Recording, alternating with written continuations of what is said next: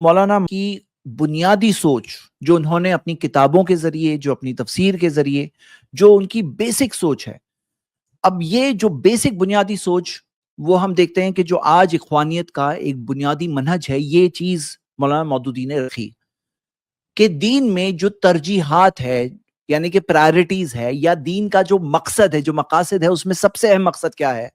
تو اس کے کئی سارے کوٹیشنز ہیں، اور میں وہ کوٹیشنز کی ڈیٹیلز میں جائے بغیر میں ازیوم کرتا ہوں کہ آپ لوگ اس بات سے واقف ہوں گے، جنہوں نے مولانا مودودی کی رائٹنگز، کتابیں، تفسیر وغیرہ پڑھی ہے، وہ اس بات کو جانتے ہوں گے کہ جو بیسک بنیادی مقصد انہوں نے بتایا وہ کیا بتایا.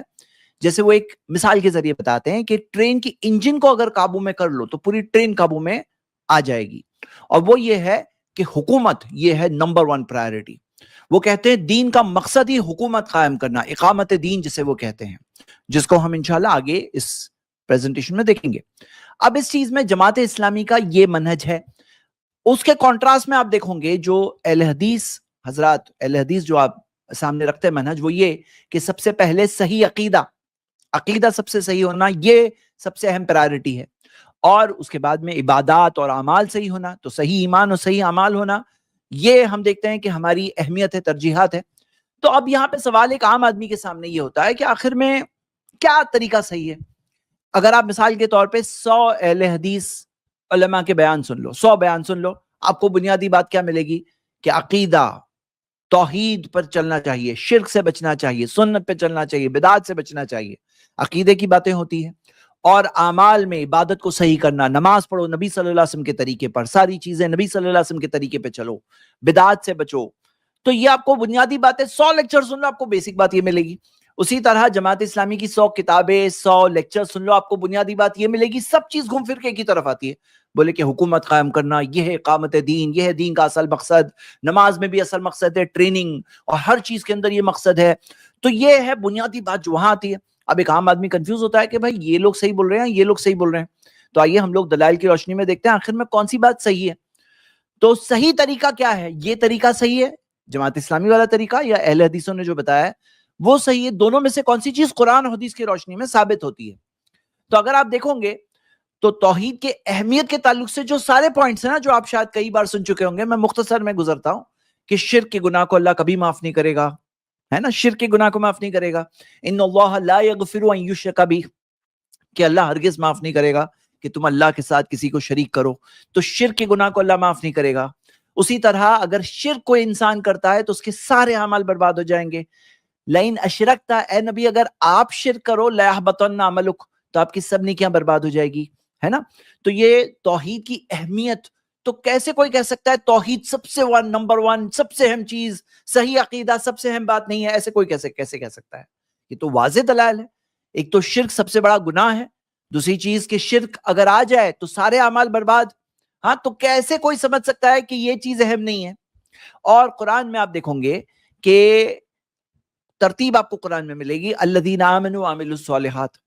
اب ترتیب اہم ہوتی ہے قرآن میں، جو آیتوں کے اندر جو ترتیب ہوتی ہے وہ اہم ہوتی ہے. جیسے مثال کے طور پہ صفا اور مروہ کے تعلق سے آتا ہے کہ اللہ کے رسول صلی اللہ علیہ وسلم نے صفا کی طرف جاتے ہوئے کہا، قرآن کی آیت پڑھی، ان الصفا والمروہ من شعائر اللہ، کہ صفا اور مروہ اللہ کی نشانی میں سے ہے. اور نبی صلی اللہ علیہ وسلم نے فرمایا، مسند احمد میں صحیح سند سے حدیث ہے، ابدؤ بما بدا اللہ بہ، میں وہاں سے شروع کرتا ہوں جہاں سے اللہ نے شروع کیا. تو اللہ تعالیٰ نے صفا پہلے کہا تو نبی صلی اللہ علیہ وسلم پہلے صفا گئے. اب قرآن میں آپ کو یہ ترتیب ملے گی، الذین آمنوا وعملوا الصالحات، تو آمنوا ہمیشہ پہلے ذکر ہے اور پھر عمل صالح کا ذکر ہے. تو قرآن میں اگر آپ یہ سرچ کرو گے، دیکھ رہے ہو آپ یہ سرچ جو ہے، نتائج 50 نتائج، یعنی 50 جگہوں پہ یہ سیم ترتیب مینٹین ہے قرآن میں. اللہ تعالیٰ نے ہمیشہ آمنو پہلے ذکر کیا ہے اور عمل الصالحات اللہ تعالیٰ نے بعد میں ذکر کیا ہے. اور نبی صلی اللہ علیہ وسلم نے معاذ ابن جبل رضی اللہ عنہ کو جب بھیجا یمن دعوت دینے، تو ان کی ٹریننگ میں کیا سکھایا؟ فَلْيَكُنْ أَوَّلَ مَا تَدْعُوهُمْ إِلَىٰ يُوَحِّدُ اللَّهَ تَعَالَىٰ، کہ سب سے پہلی چیز جو انہیں دعوت دینا کہ وہ اللہ کی توحید کو مان لیں. تو نبی صلی اللہ علیہ وسلم نے سمجھانے میں، دعوت میں بھی کیا طریقہ سکھایا کہ توحید سب سے اہم، اور نماز توحید مان لے. فَإِذَا عَرَفُوا ذَلِكَ، وہ اسے سمجھ جائیں تو فَأَخْبِرْهُمْ أَنَّ اللَّهَ فَرَضَ عَلَيْهِمْ 5 صَلَوَاتٍ فِي يَوْمِهِمْ وَلَيْلَتِهِمْ، کہ پھر انہیں حکم دینا، انہیں بتانا کہ اللہ تعالیٰ نے ان کے لیے دن اور رات میں 5 نمازیں فرض کی ہے. نماز پڑھنے لگے تو پھر زکوٰۃ کا حکم بتانا. تو یہاں پر سب سے پہلی چیز جو نبی صلی اللہ علیہ وسلم نے کیا سکھایا؟ توحید بتاؤ ان کو. یہ ہو گئی ہماری ایک دلیل. چوتھی دلیل. پانچویں دلیل آپ خود سوچو, اگر حکومت مین مقصد ہوتا, حکومت اگر سارے پورے دین کا مین مقصد حکومت اگر ہوتا, تو نبی صلی اللہ علیہ وسلم کو تو حکومت مکہ میں ہی مل رہی تھی. آپ دیکھو گے واقعہ موجود ہے, عتبہ بن ربیعہ جو مکہ کے مشرکوں کے سرداروں میں سے تھا, اس نے آ کر یہ کہا تھا کہ ہم آپ کو اپنا بادشاہ بنائیں گے, آپ سے پوچھے بغیر کچھ نہیں کریں گے. تو اللہ کے رسول صلی اللہ علیہ وسلم نے کیا وہ بادشاہت قبول کی؟ نہیں قبول کی نا. نبی صلی اللہ علیہ وسلم نے انکار کر دیا. اس وقت پر سورہ فصلت سورہ 41 کی آیت نمبر 1 سے 5 نازل ہوئی, جس میں واضح طور پر انکار تھا ان کے اس آفر کا. تو اگر حکومت اگر مقصد ہوتا تو نبی صلی اللہ علیہ وسلم حکومت کے ایسے موقع کو کیا جانے دیتے کہ بادشاہ بننے کا موقع ہے, اور پھر بعد میں اسلام بھی آہستہ آہستہ لے آئیں گے, جیسے بعض لوگ کمپرومائز کے سولوشنز پہ ہوتے ہیں. نبی صلی اللہ علیہ وسلم نے تو وہ راستہ نہیں لیا. اور چھٹی بات, آپ ایک بات سوچو, کیا یہ خیر خواہی ہے کسی کے ساتھ؟ آپ خود سوچو, عوام کے ساتھ آپ کی پوری تنظیمیں کام کر رہی ہے, عوام کے سامنے بات رکھ رہی ہے, پیغام رکھ رہی ہے, آپ کے خود کے والنٹیئرز ہیں, آپ کے خود کے جو ساتھ میں کام کرنے والے لوگ ہیں, کیا ان کے ساتھ خیر خواہی ہے کہ آپ سب سے بڑا گناہ ان کو نہیں بتا رہے ہو کہ شرک ہے یہ سب سے بڑا گناہ, شرک سے بچو, توحید پر چلو, سنتوں پر چلو, بدعات سے بچو, سب سے بڑی چیز آپ نہیں بتا رہے ہو؟ مطلب کیا ہے خیر خواہی ہے؟ الدین النصیحہ, دین خیر خواہی کا نام ہے, تو کیا ہے خیر خواہی ہے؟ اور یہ بتاؤ, سوچو ذرا کہ کیا اس طریقے سے, جو طریقے پہ وہ لوگ چل رہے ہیں, کیا اس طریقے سے اللہ کی مدد ملے گی؟ کیا طریقہ ہے ان کا؟ جب انہوں نے رول بنا دیا کہ سب سے اہم چیز, سب سے اہم گول کیا ہے, وہ ہے حکومت قائم کرنا. اب حکومت قائم کرنے کے لیے نمبرز چاہیے. اب اگر وہ توحید پر چلو, شرک سے بچو, تو جو شرک کرنے والے جو سارے مسلمان ہیں نا, جو شرک کی الگ الگ شکلوں میں ملوث ہے, وہ لوگ سب چھوٹ جائیں گے, وہ لوگ سب دور ہو جائیں گے. اسی طرح اگر کہوں گے سنت پہ چلو, بدعات سے بچو, تو پھر کیا ہوگا کہ بدعت پہ چلنے والے سارے لوگ پھر وہ بھی چلے جائیں گے.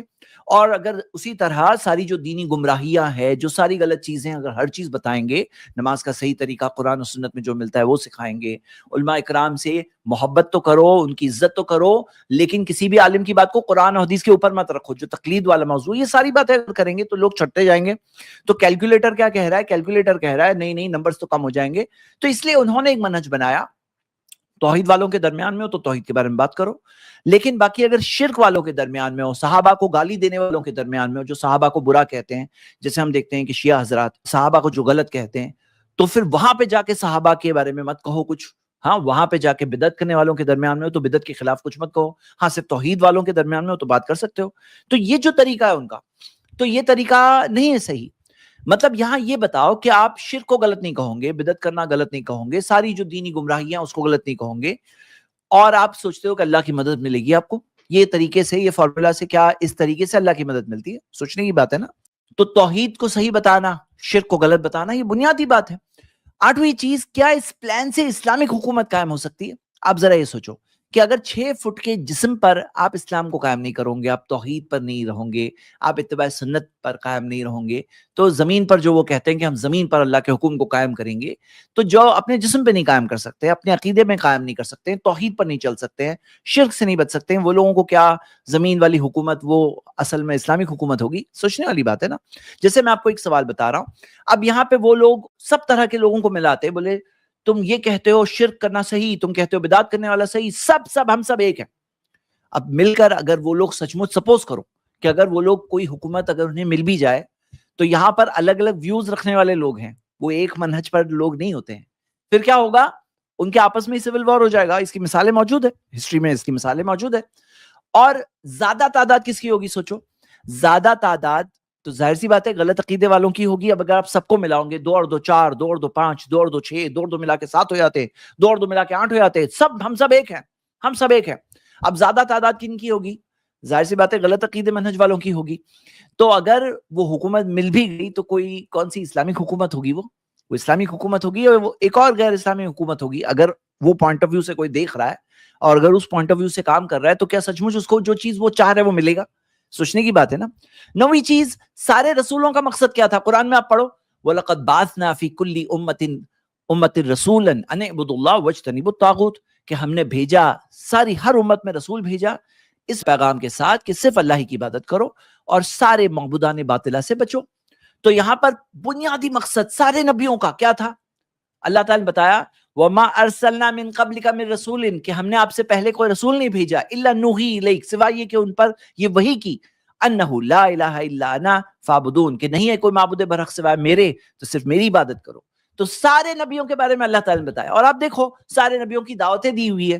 پڑھیے قرآن کے اندر عیسیٰ علیہ السلام نے کیا دعوت دی، نوح علیہ السلام نے کیا دعوت دی، شعیب علیہ السلام نے کیا دعوت دی، صالح علیہ السلام نے کیا دعوت دی. کیا سب نے یہ کہا کہ ہاں ہم آئے ہیں، ہمیں حکومت کا ایک مشن لے کر آئے ہیں، سب لوگ مل جاؤ ہمارے ساتھ، ہم لوگ مل کر حکومت قائم کریں گے؟ پڑھو تو صحیح نا. آپ پڑھو گے تو آپ کو یہ تو نہیں ملے گا. آپ کو یہ ملے گا کہ سب نے توحید کی دعوت دی، سب نے آخرت کے تعلق سے دعوت دی، صحیح عقیدے کی دعوت دی. یہ حکومت والا مشن جو بتانے کی سپر امپوز کرنے کی کوشش کرتے ہیں کہ یہ تھا مقصد، یہ تھا مقصد، سارے نبیوں کی سٹوڈیز میں تو غائب ہے، یہ مقصد ہی غائب ہے. اور آپ دیکھو گے کتنے نبیوں کو حکومت ملی، ذرا دیکھو کتنے نبیوں کو حکومت ملی، چیک کرو. اکثر کے بارے میں کیا ملتا ہے کہ ان کی قوم کے لوگوں نے ان کو جھٹلا دیا، ٹھکرا دیا، کچھ کا قتل کر دیا گیا، ہاں کچھ کی قوموں نے انکار کر دیا. تو کیا وہ سب ناکام تھے؟ اگر حکومت قائم کرنا مقصد تھا تو سارے نبی کیا ناکام ہو گئے؟ کیا ان کا مقصد انہوں نے حاصل ہی نہیں کیا؟ جو مقصد تھا بولے بھی نہیں، دعوت بھی نہیں دی، بتائے بھی نہیں، پروپیگنڈا کرتے ہوئے بھی کہیں میں نہیں مل رہا ہے قرآن میں، اور ملی بھی نہیں ان کو حکومت اکثر کو. تو پھر ہم کیا دیکھ رہے ہیں؟ اور بتاؤ نبی صلی اللہ علیہ وسلم مکہ میں جب تھے تو کیا کوشش کر رہے تھے کہ چلو ہم ایک پارٹی بنا رہے ہیں، سب لوگ مل کر ہم حکومت قائم کرنے کی کوشش کریں گے، یہ تھا مشن. دیکھو تو صحیح نا. آپ دیکھو گے تو توحید کی دعوت دے رہے ہیں اللہ کے رسول صلی اللہ علیہ وسلم، آخرت کی دعوت دے رہے ہیں، رسالت کی دعوت دے رہے ہیں، عقیدے کی دعوت دے رہے ہیں، ایمان کی دعوت دے رہے ہیں. یہ تھی ان کی بنیادی دعوت. 13 چیز جو پوائنٹ شیخ کفایت آلریڈی ڈیٹیل میں سمجھا چکے ہیں، میں صرف ذکر کر رہا ہوں کہ آپ کو یہ حدیث ملے گی کہ نبی صلی اللہ علیہ وسلم نے فرمایا لا تزال طائفۃ من امتی ظاہرین علی الحق، میری امت کا ایک گروہ رہے گا جو واضح طور پر حق پر ہوگا. ایک گروہ رہے گا جو حق والا گروہ، جو صحیح عقیدے، صحیح منہج، صحیح طریقے پہ ہوگا، ایک گروہ رہے گا. کریکٹ. لیکن حکومت کے تعلق سے، خلافت کے تعلق سے اللہ کے رسول صلی اللہ علیہ وسلم نے فرمایا کہ خلافت اعلی منہج النبوہ، وہ ہوگی پھر چلی جائے گی، پھر قیامت سے پہلے پھر سے آئے گی. تو اگر مقصد حکومت ہوتا تو چلی گئی ایسے کیسے ہو سکتا ہے؟ خلافت چلی گئی ایسے کیسے ہو سکتا ہے اگر وہ مقصد ہوتا؟ جیسے کہ ہدایت مقصد ہے، صحیح راستہ واضح کرنا مقصد ہے، تو ایک گروہ ہمیشہ رہے گا جو حق پر رہے گا، صحیح بات پر رہے گا، جو صحیح منہج، صحیح عقیدہ، صحیح ایمان، صحیح چیز لوگوں کے سامنے رکھتا رہے گا. یہ بات ذکر ہے. لیکن حکومت کے تعلق سے آپ یہ جو حدیث دیکھ رہے ہیں اس کے اندر کیا دیا ہے کہ حکومت ایک زمانے میں ہوگی، خلافت نبوت کے منہج پر، منہج اعلی منہج النبوہ، نبی صلی اللہ علیہ وسلم کے نبوت کے منہج پر ہوگی، اور پھر چلی جائے گی، پھر بعد میں قیامت سے پہلے پھر سے آئے گی. تو یہاں سمجھنے والا پوائنٹ یہ، اگر یہ مقصد ہوتا تو یہ چیز ہمیشہ باقی رہنی چاہیے تھی نا. پھر یہ امت میں بھی غائب کیوں ہے؟ وہ نبیوں کے پاس بھی نہیں تھی حکومت، اور ہم دیکھتے ہیں اس امت کے اندر بھی اگر یہ چیز مقصد تھی تو یہ مقصد بھی غائب ہے. غائب ہے. پھر اگر یہ مقصد تھا تو ہمیشہ ہوتا. جیسے یہ مقصد ہے کہ ایک گروہ رہے گا جو صحیح واضح بات، حق بات لوگوں کے سامنے کہتا رہے گا ہر زمانے اور دور میں. لیکن یہاں پہ حکومت کے تعلق سے وہ بات تو نہیں مل رہی ہے. سوچنے کی بات ہے. اب آئیے دوسرے سائڈ پر آتے ہیں. یہاں پہ میں نے آپ کے سامنے ٹوٹل 13 دلائل رکھے، یہاں پر سمجھنے والوں کے لیے بہت کچھ ہے انشاءاللہ. اب آتے ہیں دوسری سائڈ کی بات سنتے ہیں کہ وہ لوگ کیا دلائل دیتے ہیں. ان کی سب سے پہلی، سب سے بڑی دلیل وہ قرآن کی آیت ہے، سورہ مائدہ سورہ 5 آیت نمبر 44. وہ کہتے ہیں وَمَن لَمْ يَحْكُمْ بِمَا أَنزَلَ اللَّهُ فَأُولَٰئِكَ هُمُ الْكَافِرُونَ، جو اللہ کے نازل کردہ حکموں کے مطابق نہیں فیصلہ کرتے تو وہ لوگ کافر ہیں. وہ لوگ کیا کہہ رہے ہیں کہ اللہ کے حکموں کے مطابق جو لوگ فیصلہ نہیں کرتے وہ کافر ہے. تو یہاں پہ وہ کیا کہنا چاہ رہے ہیں؟ وہ یہ کہہ رہے ہیں کہ جو سب لوگ، اور یہ بات کس پر فٹ کرتے ہیں؟ وہ یہ بات فٹ کرتے ہیں مسلم حکمرانوں پر، رولرز پر. کہتے ہیں یہ سب کے سب کافر ہیں، یہ سب کے سب اللہ کے حکموں کے مطابق نہیں فیصلہ کرتے، یہ سب کافر ہیں. اب وہ ٹاپک پہ ہم آ رہے ہیں تھوڑی دیر بعد، لیکن آئیے پہلے تو اس آیت کے تعلق سے سمجھیں کہ یہاں پہ اللہ تعالیٰ نے جو فرمایا فَأُولَٰئِكَ هُمُ الْكَافِرُونَ، اس تعلق سے عبداللہ ابن عباس رضی اللہ عنہ سے صحیح سند سے ہمیں ملتا ہے. تفسیر الطبری میں ذکر ہے، آپ دیکھ سکتے ہیں، بہقی میں بھی حدیث موجود ہے. اس آیت کو عبداللہ ابن عباس نے کیا سمجھایا؟ لَيْسَ بِكُفْرٍ يَنْقُلُ عَنِ الْمِلَّةِ، کہ یہ وہ کفر نہیں ہے جو ملت سے باہر کر دے، اسلام سے باہر کر دے، یعنی کفرن دونا کفرن، یعنی کہ وہ حقیقی کفر سے کم درجے کا کفر ہے. یہ کیا؟ دیکھو بھائی سمجھو، اگر کوئی کہے میں نہیں مانتا اسلام کو، کوئی کہے میں نہیں مانتا اللہ کے حکموں کو، تو اس نے واضح طور پہ کفر کیا، اس میں تو کوئی شک نہیں. لیکن اگر وہ کلمہ پڑھ رہا ہے لا الہ الا اللہ، وہ اسلام کا اقرار کر رہا ہے، اور ساتھ میں اللہ کے حکموں کے مطابق فیصلہ نہیں کر رہا، تو یہ چیز کیا ہے؟ عبداللہ ابن عباس بتا رہے ہیں کہ یہ وہ کفر نہیں ہے جو اسلام سے باہر کر دے، یہ حقیقی کفر سے کم درجے کا کفر ہے. آپ کو پتا ہوگا کہ بعض گناہ جو ہوتے ہیں ان کی شدت کو بتانے کے لیے، اس کی مثالیں بہت ساری ہے کہ ان کے لیے لفظ کفر استعمال کیا گیا ہے. جیسے سباب المسلمی فسوق و قتالہ کفر، مسلمان کے ساتھ قتال کرنا یہ کفر ہے. اب یہ بات قرآن میں ذکر ہے، لیکن ساتھ میں وَإِن طَائِفَتَانِ مِنَ الْمُؤْمِنِينَ اقْتَتَلُوا فَأَصْلِحُوا بَيْنَهُمَا، سورہ حجرات کی آیت ہے کہ اگر مومنوں کے دو گروہ آپس میں قتال کرے تو ان میں صلح کرو، لیکن اللہ نے دونوں گروہ کو مومن کہا. تو یہ دلائل میں سے دلیل ہے، ایسی بہت ساری دلائل ہے کہ بعض گناہوں کی سیریسنس کو بتانے کے لیے لفظ کفر استعمال ہوا ہے، لیکن یہ وہ کفر نہیں ہوتا جو اسلام سے باہر کر دے. یعنی کہ یہ گناہ ہے، یعنی کہ آپ دیکھو گے کہ گناہ کبیرہ میں سے ہے، اسے چھوٹا کفر کہا گیا، کفر اصغر، لیکن یہ کفر اکبر نہیں ہے، یہ اسلام سے باہر نہیں کرتا. تو یہاں پر اس قول کے اندر عبداللہ ابن عباس کیا کہہ رہے ہیں، یہ جو چیز ہے اللہ کے حکموں کے مطابق کوئی فیصلہ نہیں کرتا، یہ کفرن دون کفرن، یہ حقیقی کفر سے کم درجے کا کفر ہے. یہاں پہ اس بات کو سمجھا رہے ہیں، یعنی کہ اگر کوئی شخص یہاں پر کوئی اللہ کے نازل کردہ فیصلوں کے مطابق نہیں کرتا تو یہاں سمجھنا کیا چاہیے، یہ حقیقی کفر سے کم درجے کا کفر ہے. لفظ کفر کیوں استعمال ہوا؟ کیونکہ کفر اکبر کی طرف جیسے کہ دھکا لگا رہا ہے، جیسے کہ اس کے دروازے تک پہنچا رہا ہے، لیکن ابھی بھی یہ اسلام کے اندر ہے. اس بات کو سمجھنا ضروری ہے. اب بات اپنے گھر کی بات کرو. سوچو آپ کے گھر کے اندر اگر آپ اللہ کے قانون کے مطابق کوئی چیز فیصلہ نہیں کر رہے ہو، سپوز کرو کہ کوئی شخص ہے کوئی بھی چیز غیر اسلامی ہونے دے رہا ہے اپنے گھر کے اندر، نہیں کرنا چاہیے، گناہ ہے، غلط ہے، لیکن کیا وہ کافر ہو گیا؟ تو یہاں پر کوئی شخص اگر گھر میں اس کے اوپر اپلائی کرو کہ بھائی گھر میں تو تمہارا کنٹرول چلتا ہے، تمہارا بچہ یہ کر رہا ہے، تمہارا بچہ بول رہا ہے مجھے یہ چیز کرنے دو، کوئی چیز اگر غیر اسلامی ہے، اگر کوئی چیز جیسے فلم دیکھنا چاہ رہا ہے اور ہو رہا ہے، غلط کام ہے یہ، لیکن کیا وہ کافر ہو گیا؟ تو یہاں پر اپنے گھر میں وہ قانون نہیں اپلائی کریں گے کہ بھئی ہاں ہم بھی کافر ہو گئے، اگر کوئی بھی غیر اسلامی چیز آپ کے انڈر میں ہو رہی ہے تو آپ بھی کافر ہو گئے. یہ قانون ایسے اپلائی نہیں ہوتے ہیں. یہاں پہ ہمیں قرآن کو ویسے سمجھنا ہے جیسے کہ نبی صلی اللہ علیہ وسلم نے سمجھایا، جیسے کہ صحابہ اکرام نے سمجھا نبی صلی اللہ علیہ وسلم سے، انہوں نے ہمیں سمجھایا. قرآن و سنت کو علی منہج السلف، جو صحابہ نے کیسے سمجھا، سلف نے کیسے سمجھایا، ہمیں ویسے سمجھنا ہے. ان کی دوسری دلیل، وہ کہتے ہیں توحید کی قسم وہ بھی تو ہے، توحید الحاکمیہ. اب توحید الحاکمیہ کیا ہے؟ اس کی دلیل یہ آیت ہے قرآن کی، وہ کہتے ہیں سورہ توبہ سورہ 9 آیت نمبر 31، اتخذوا احبارهم ورهبانهم اربابا من دون اللہ، کہ وہ لوگوں نے اپنے عالموں اور درویشوں کو رب بنا دیا اللہ کے علاوہ. مطلب کیا؟ سنیے، یہ وہ لوگ کون مراد ہے؟ یہود و نصارہ. کہ یہود و نصارہ کے بارے میں آتا ہے کہ انہوں نے اپنے ربائز کو، اپنے پادریوں کو رب بنا دیا اللہ کے علاوہ.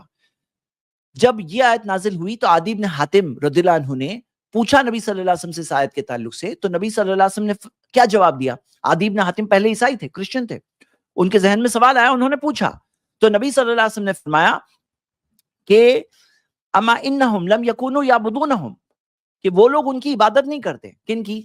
کیا ان کے پادریوں کی پوجا کرتے ہیں، ربائز کی پوجا کرتے ہیں؟ نہیں. وَلَكِنَّهُمْ كَانُوا إِذَا حَلُّوا لَهُمْ شَيْئًا اسْتَحَلُّوهُ، جب وہ لوگ، ان کے ربائز اور پادری کوئی چیز ان کے لیے حلال قرار دیتے ہیں تو وہ لوگ اسے حلال سمجھتے ہیں. اور وَإِذَا حَرَّمُوا عَلَيْهِمْ شَيْئًا حَرَّمُوهُ، جب کوئی چیز کو وہ لوگ حرام قرار دیتے ہیں تو وہ لوگ حرام سمجھتے ہیں. حلال و حرام کس کی طرف سے ہے؟ اللہ کی طرف سے ہوتا ہے. وہ لوگوں نے یہ رائٹ کس کو دے دیا؟ پادریوں کو دے دیا، اپنے ربائز کو دے دیا. ہمارے ہاں علماء اکرام کیا کرتے ہیں؟ اللہ کے حکموں کو، نبی صلی اللہ علیہ وسلم کے فرمان کو ہم تک پہنچاتے ہیں. وہ خود حلال و حرام نہیں بناتے ہیں، وہ اللہ کے حلال کیے ہوئے حلال کو اور اللہ اس کے رسول نے جو حلال و حرام کیا اس کو ہم تک پہنچاتے ہیں. نبی صلی اللہ علیہ وسلم بھی خود کی مرضی سے نہیں انہوں نے بتایا، اللہ کی وحی کے تحت ہی انہوں نے ہم تک باتیں پہنچائی. لیکن ہم دیکھتے ہیں کہ ربائز اور پریس کو یہ حق کس نے دے دیا؟ جوز و کرسچنز نے دے دیا. تو اللہ تعالیٰ نے کیا فرمایا کہ یہ رب بنانا ہے. یہاں پہ سمجھنے والی بات کیا ہے؟ اربابم ورڈ پر غور کریے. اربابن من دون اللہ، رب بنا دیا. توحید ربوبیہ میں شامل ہے یہ رب. اللہ نے خود کہا یہ رب ہے. یہ حاکمیہ الگ کیٹیگری نہیں بن رہی ہے. جیسے خالق اللہ ہے، مالک اللہ ہے، چلانے والا اللہ ہے، زندگی، موت، بیماری، شفا، رزق، اولاد، ہر چیز اللہ کے ہاتھ میں، اسی طرح حلال و حرام کرنا بھی اللہ کے ہاتھ میں. اور وہ حق اگر کوئی کسی اور کو دیتا ہے تو یہ ان کو رب بنا دیے تم نے. تو یہ تو توحید ربوبیہ میں شامل ہے. ہاں، سمجھنے کی بات کیا ہے کہ اگر آپ یہ بات کہہ رہے ہو کہ یہ توحید کا حصہ ہے تو ہاں، توحید کے اندر یہ چیز شامل ہے کہ حلال و حرام کس کی طرف سے؟ اللہ کی طرف سے ہے. لیکن آپ باقی توحید ربوبیہ بھی تو بتاؤ. کوئی اگر یا غوث المدد کہہ رہا ہے یا خواجہ کرم کہہ رہا ہے، جو یہ مانتا ہے کہ فلاں ہے تقدیر بنانے والے، بگاڑنے والے، فلاں کے ہاتھ میں سب کچھ ہے، یا کوئی ہے جو اللہ کے علاوہ اوروں کی عبادت کے لیے عبادت کے عمل کر رہا ہے، اوروں کی تعریف کر کے انہیں اللہ کی صفات دے رہا ہے، یہ بھی تو شرک ہے. یہ سب کیوں نہیں بتا رہے ہو؟ تو یہاں پہ سمجھنا کیا ہے کہ انہوں نے توحید الحاکمیہ کا ورڈ اس لیے لایا کیونکہ یہاں پر جب ان کے سامنے واضح دلائل رکھے جا رہے ہیں کہ شرک سب سے بڑا گناہ ہے تو وہ اس کیٹیگری میں فٹ ہونا چاہتے ہیں. فٹ ہونا چاہتے ہیں تاکہ جو ان کی بات یہاں پر بلا دلیل دکھ رہی ہے، یتیم ہو گئی تھی بات، تو وہ بات کو کسی طرح سے توحید کے اندر جا کر فٹ کریں. اب آئیے تیسرے سوال پہ آتے. پوائنٹ ہے وہ کہتے ہیں اسلامی قانون کے مطابق جو سب فیصلہ نہیں کرتے وہ سب کافر ہے. کہ پہلے تو یہ بات آ چکی ہے کہ یہ کفر اکبر نہیں ہے، کفر اصغر ہے. کفر اکبر ہی نہیں ہے پہلے تو. دوسری بات اس میں یہ ہے کہ اگر کوئی شخص کفر اکبر کا کام کرے، کوئی شخص لا الہ الا اللہ بھی پڑھ رہا ہے اور کفر اکبر کا کام کرے، تو ایسے ہی جا کر آپ کافر تھوڑی بول سکتے ہو. اس کے اندر پروسیجر ہوتا ہے کہ نہیں ہوتا ہے؟ تکفیر کا ایک پروسیجر ہے پورا کہ پورا، کہ بھئی اس کا ارادہ تھا کہ نہیں تھا. ایسا تو نہیں کہ اس کو معلوم ہی نہیں ہے، ایسا تو نہیں ہے وہ کسی عالم کی پیروی کر رہا ہے اب تک اس کو واضح نہیں ہوا ہے اس کے لیے کہ یہ غلط ہے. ایسا تو نہیں کہ کوئی آیت یا حدیث کی تعویل کر رہا ہے، کوئی انٹرپریٹیشن ہے اور اب تک اس کے سامنے بات واضح نہیں ہوئی کہ غلط ہے، اس پر حجت قائم ہوئی کہ نہیں ہوئی. یعنی پروسیجر ہے پورا کہ پورا. ایسے نہیں ہوتا ہے کہ آپ جا کر کے ڈائریکٹلی کہہ دو، کیونکہ یہاں پہ بہت سیریس معاملہ ہے. ہو سکتا ہے کبھی کوئی کسی پہ مجبوری ہو، وہ کوئی چیز کہہ رہا ہے، کر رہا ہے. کفر اکبر کی بات کر رہا ہوں، کفر اصغر تو اس میں آتا ہی نہیں ہے. کفر اکبر کے اندر اگر کفر اکبر کر رہا ہے، کبھی ایسا بھی تو ہو سکتا ہے کسی کی کوئی مجبوری ہے، کوئی رولر ہے، اس پر کوئی ٹائپ کا فورس ہے، کوئی ٹائپ کی مجبوری، ایسی بھی ہو سکتا ہے. کیونکہ یہاں ڈرنے والی بات کیا ہے کہ ایما رجل قال لاخیہ یا کافر، جو شخص اپنے بھائی سے کہا ہے کافر، فقد باء بها احدهما، تو ان دونوں میں سے کوئی ایک تو ہے. فان كان كما قال والا رجعت علیہ، اگر سامنے والا ہے تو ٹھیک ہے، نہیں تو وہ چیز اسی پہ واپس آ جائے گی. تو یہاں پہ تو ڈرنے والی بات ہے. تو یہاں پر یہ تو دوسری بات ہے. اور تیسری چیز کیا ہے کہ بھائی رولرز کے تعلق سے خاص ایکسٹرا رول ہے. ایک تو کوئی بھی مسلمان ہو، آپ اس کو کافر ایسے نہیں بول سکتے ہیں. رولرز کے تعلق سے تو نبی صلی اللہ علیہ وسلم نے خاص وعدہ لیا، عہد لیا اور کہا کہ تم اپنے حکمرانوں کے خلاف مت کھڑے ہونا الا ان تروا کفرا بواحا، سوائے یہ کہ تم دیکھو، سنو نہیں، سنی سنائی بات نہیں چلے گی. تروا کفرا، دیکھو کفر، بواح، کفر بواح یعنی کہ اوپن کفر، یعنی ایسی نہیں کہ رکی جھکی چھپی چیز، اور وہ بھی سنی سنائی چیز نہیں. دیکھو مطلب اس کے اندر خاص تاکید ہے اور خاص روکا گیا اس چیز سے، بغاوت برپا کرنے سے. اب یہ لوگ جو کیا کر رہے ہیں، کہیں پر ہم دیکھتے ہیں کہ جا کے حاکموں کو سب کو کافر کہہ دیا. اور پھر آپ دیکھو گے کہ ان کا خاص منشا کیا ہوتا ہے کہ بھئی عام طور پہ کیا ہوتا ہے، آپ توحید کی بات پہنچاؤ، شرک سے روکو، سمجھاؤ لوگوں کو، بدعات سے روکو، تو سنت پر چلنا سکھاؤ. ان کا کیا معاملہ ہوتا ہے، جو لوگ اس منہج پر آ جاتے ہیں نا، اخوانیت کے، جماعت اسلامی کے، جب وہ لوگ اس منہج پر ہوتے ہیں، اب ان کا کیا معاملہ ہوتا ہے، حکومتوں کے خلاف پروپیگنڈا ان کا مقصد ہوتا ہے. دن رات صبح شام بغاوت برپا کرنے کی کوشش، یعنی وہ حکمران جو رول کر رہے ہیں اپنی اپنی کنٹریز میں، ان کے خلاف بغاوت برپا کرنے کی کوشش، پروپیگنڈا میں لگے ہوتے ہیں. سعودی میں یہ، اب ہماری چرچ میں دیکھو کوئی نہ کوئی دکھے گا کہ ایم بی ایس ایسا کر رہا ہے. یہ ان کا پورا پورا دین وہی ہے، حکمرانوں کے پیچھے پڑے رہنا، یہ ان کا دین ہے. بس وہی ہے ان کی، صبح شام دن رات یہی ہے، بغاوت برپا کرو. کہیں کہیں جا کر معاملہ سول وارز تک پہنچا ہے، کہیں کہیں بہت زیادہ خون خرابہ ہوا ہے. کبھی کبھی ایسا دیکھا گیا کہ نیچر کے لیول کے جو والنٹیئرز ہیں، وہ اپنے اوپر والے جو لیڈرز کو دیکھتے تھوڑے بہت لبرل ہو رہے ہیں، تو نیچے والے اپنے لیڈرز کے خلاف بغاوت کر لے رکھتے ہیں. پھر کوئی ایک ایکسٹریمسٹ آف شوٹ نکلے گا، پھر وہ چیز اور ایکسٹریمسٹ آئیڈیاز کے ساتھ میں ہوگی. یعنی ایسی ساری چیزیں اس کے اندر ملے گی. کہاں سے سٹارٹ ہوئی، مین مقصد ہی انہوں نے غلط بنا دیا. جو آپ دیکھ رہے ہو نا، کئی سارے پرابلم جو سٹارٹنگ سے سن رہے ہو اسٹریم کے اندر، وہ کئی سارے پرابلمز کی بنیادی وجہ آپ پاؤں گے فرسٹ پرائیورٹی کیا ہے. جب انہوں نے فرسٹ پرائیورٹی جو عقیدہ ہے، توحید ہے، جو اتباع سنت ہے، اس پر چلنا، اس کی جگہ پہ جب انہوں نے فرسٹ پرائیورٹی حکومت رکھ دیا، اب وہاں پہ وہاں سے سٹارٹ ہو گئی بات، وہاں سے پرابلم سٹارٹ ہو گئے. جب انہوں نے فرسٹ پرائیورٹی چینج کر دیے، تو وہاں سے ہی پوری کی پوری ٹرین ہی پوری دوسری ڈائریکشن میں چلی گئی. آگے چوتھی چیز وہ کہتے ہیں غیر اسلامی قانون میں رہنا وہ کفر ہے. اچھا، اگر کفر ہے تو آپ بتاؤ کہ نبی صلی اللہ علیہ وسلم مکہ میں رہ رہے تھے، غیر اسلامی حکومت تھی، کیا وہ کفر تھا؟ اور نبی صلی اللہ علیہ وسلم نے صحابہ کو حبشہ جب بھیجا، حبشہ ابسینیا، وہاں پر بھی ہجرت کر کے جب وہ گئے تو وہاں پہ بھی غیر اسلامی حکومت تھی، تو کیا وہ کفر میں رہ رہے تھے؟ اور کتنے صحابہ تابعین دنیا میں پھیلے، تجارت کیا انہوں نے، وہاں پہ دین کی دعوت بھی پہنچائی. خود ہم دیکھتے ہیں انڈیا کے تعلق سے آتا ہے کہ تابعی مالک بن دینار یہاں پہ آئے تھے، تو کیا وہ کفر میں رہ رہے تھے؟ تو سمجھنے کی بات ہے کہ یہ جو انہوں نے اپلائی کر دیا کہ یہ کفر میں ہے، یہ چیز کیا نبی صلی اللہ علیہ وسلم کو نہیں پتا تھا؟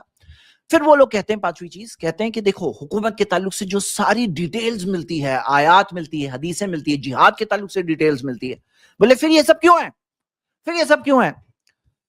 کہ بھائی کیوں ہے، میں آپ کو ایک مثال کے ذریعے بتاتا ہوں. آپ کو یہ حدیث ملے گی، من آلا جاریتین حتی تبلغا، جو دو بیٹیوں کو بڑا کرتا ہے اچھی طرح سے، یہاں تک کہ دونوں بڑی ہو جائے, اچھی پرورش کرتا ہے. جا یوم القیامہ انا وہوا ضما اصابعہ, میں اور وہ ایسے ہوں گے ایسے, نبی صلی اللہ علیہ وسلم نے فرمایا. ٹھیک ہے, اب سوچو کہ کسی کے پاس اگر بیٹیاں ہی نہیں ہیں, حدیث میں آیا نا 2 بیٹیوں کو بڑا کرے گا, اب بیٹیاں ہی نہیں ہیں اس کے پاس, اب کیا کرے گا وہ, کیا کرے ابھی وہ؟ تو ہم کہیں گے بھائی یہ تمہارے لیے نہیں ہے, یہ جس کے پاس بیٹیاں ہوگی اس کے لیے ہی ہے. اب تمہارے پاس بیٹیاں ہی نہیں تو ہم کیا کریں گے, تم جا کے کیا زبردستی کہیں سے کیا کرو گے, تم بیٹیاں نہیں ہے تمہارے پاس, تو جس کے پاس بیٹیاں ہیں اس کے لیے حدیث ہے نا, ہے کہ نہیں ہے؟ میں جواب دے رہا ہوں. یا مان لو فائر ایکسٹنگوشر ہے, اب آگے نہیں لگی, فائر ایکسٹنگوشر رکھ کر بیٹھے ہیں, تو ہاں بیٹھے رہو, نہیں لگی تو نہیں لگی, جس کی لگے گی وہ یوز کرے گا فائر ایکسٹنگوشر. یا جیسے حج و عمرہ کی جو گائیڈ لائنز ہے, احرام ہے, کوئی بولے کسی کو حج کرنے موقع ہی نہیں ملا, اب کیا بولے احرام کا کیا کروں میں, بھائی کیا انڈیا میں احرام پہن لو گے, مطلب نہیں ہوا تو نہیں ہوا, آپ جاؤں گے تب احرام پہنو گے. احرام یہیں پہ انڈیا میں نہیں پہن سکتے آپ, اس کو میقات سے پہننا ہے. تو اسی طرح حکومت کے جو قانون ہے وہ وہاں پر اپلائی ہوں گے جن کے پاس حکومت ہوگی. جنہیں حکومت ملتی کسی بھی وجہ سے, کون سے قانون اپلائی کرے, تو اسلامک قانون اپلائی کریں. اب اس کا یہ مطلب نہیں بنتا ہے کہ یہ مقصد بن گیا, اب یہ مقصد بن گیا ہمارا, یہ سوچنے والی بات ہے. اور آخری پوائنٹ میں لے رہا ہوں کہ اقامت دین کے تعلق سے یہ آیت جو بتاتے ہیں ان اقیموا الدین ولا تتفرقوا فیہ, کہ دین قائم کرو, دین کی اقامت دین کرو اور اس میں اختلاف مت کرو. لیکن یہ پوری آیت جب پڑھو گے تو آپ دیکھو گے کہ اللہ تعالیٰ نے کیا فرمایا, شرع لکم من الدین ما وصی بہ نوحا, اللہ تعالیٰ نے تمہارے لیے وہ دین دیا جس کی وصیت اللہ نے نوح پر کی, والذی اوحینا الیک, اور جو وہی آپ پر کی گئی, وما وصینا بہ ابراہیم و موسیٰ و عیسیٰ, اور جو وصیت کی گئی ابراہیم پر, موسیٰ اور عیسیٰ پر, ان اقیموا الدین ولا تتفرقوا فیہ. تو سارے پچھلے نبیوں کا جو ذکر آ رہا ہے, کیا تھا ان کی دعوت, دیکھو پڑھو, آپ دیکھو کیا دعوت تھی, آپ دیکھو. تو یہاں پر اقامت دین میں توحید نہیں آتی ہے, دین میں توحید نہیں آتی ہے, سنت پر چلنا نہیں آتا ہے, شرک سے بچو, بدعت پر سے بچو, گمراہیوں سے بچو, یہ سب نہیں آتا ہے کیا؟ اقامت دین میں توحید کیسے نہیں آتی ہے بتاؤ پہلے. اور آپ تفسیر ابن کثیر میں پڑھیے, تفسیر قرطبی میں پڑھیے, انہوں نے یہ سب نے ایکسپلین کیا ہے. تو یہاں پہ اقامت دین کا کیا مطلب ہے, مطلب جو وہ کیسا دین جس کے اندر توحید ہی نہیں ہے, اتباع سنت ہی نہیں ہے. تو یہ اس تعلق سے ہم نے بنیادی چیز دیکھی, اور بنیادی بات یہ ہے میرے بردرز اینڈ سسٹرز کہ دنیا کی زندگی لمیٹڈ ہے. اب آدمی کس چیز کو اہمیت دے کر اس مطابق چلتا ہے وہی شخص کامیاب ہے. ہم سب کو کیا کرنا ہے, سمجھنا ہے کہ توحید اور عقیدہ یہ اہم چیز ہے, سنت پر چلنا اہم چیز ہے. آپ دین کی دعوت دو, صحیح راستے پر چلو, جو بھی زندگی اس میں برکت ہوگی اس میں خیر ہوگا. اب جو لوگ اس کو مقصد بنا, اس کو دور کر دیتے ہیں, تو وہ لوگ بہت ہی مین ٹریک سے مس ہو جاتے ہیں, ان کی ٹریک ہی دوسری چیز پر چلے جاتی ہے. یہ بہت ہی سمپل طریقے سے میں نے آپ کے سامنے رکھنے کی کوشش کی. جزاک اللہ خیر. اب وقت زیادہ ہو چکا ہے, چلیے سٹارٹ کرتے ہیں بنا ڈیلے ہمارے کوشچن آنسر سیشن کو. اس کلپ کی فل ویڈیو دیکھنے کے لیے ہمارے چینل پر ضرور آئیں. آئی پلس ٹی وی نے ایک نیا یوٹیوب چینل شروع کیا ہے جس کا نام ہے آئی پلس ٹی وی اختلاف کا حل. اس چینل پر صرف اختلافی مسائل پر ویڈیوز آئے گی, لیکن دلائل کے ساتھ اور بھائی چارگی کے ساتھ. آپ کو میں دعوت دیتا ہوں کہ آپ بھی ہمارے اس چینل کو سبسکرائب کریں, ہماری ویڈیوز کو شیئر کریں, اور نوٹیفیکیشن آئیکن کو آل سلیکٹ کریں تاکہ آپ کو ہماری ویڈیوز کا نوٹیفیکیشن مل سکے. جزاک اللہ خیر, والسلام علیکم ورحمۃ اللہ.